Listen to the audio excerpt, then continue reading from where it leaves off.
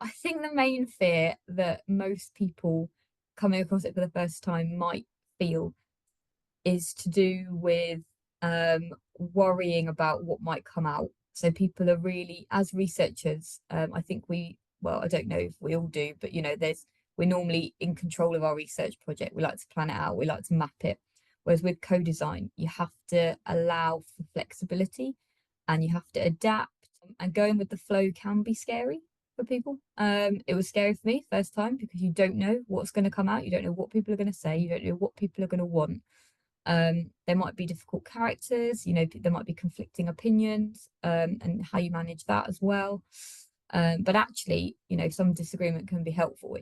Having a flexible approach that you can sort of, you might think of various different things before you go in, but actually parking those and just really going with the conversation, going with what people want. And sometimes it can be really different. Sometimes it can be similar. I think that's another thing that people might be slightly worried about doing co-design is that you can't always co-design the exact thing that people want. So again, setting those expectations about what something is designed for and not designed for early can be really helpful. Another hurdle to get through working with young people is that we needed like parental consent for the under 16s. And so like that was just an additional hurdle, and we didn't have access obviously to the parents' data. So again, their contact details. So again, we had to go through a safeguarding lead who would forward our consent form onto them. So that wasn't actual fact, it wasn't actually a challenge, but it was just an additional hurdle of working with young people, children, young people. I think if you're open and transparent at the beginning of a project that's going to happen, then that's okay. It's if people understand that. But I think the problem comes when people feel a bit used, or that they've contributed and then maybe haven't got anything back.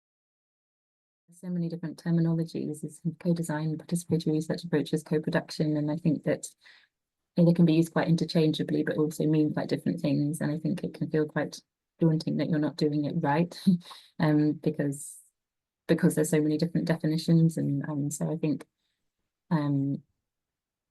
kind of being open to the fact that you're learning how to do it all the way, and it's not necessarily going to have very clean lines, and a clean kind of research plan around it, as much as you can plan for these things. I think being open to the fact that it might go in a direction you don't think it will, and building that into the project and the timeline and being flexible. I think what we found in the South African work is sometimes for peer researchers, because they were people with lived experience of TB, they'd sort of, in order to engage, they'd start talking about their own experiences of TB. And we kind of spotted this was happening.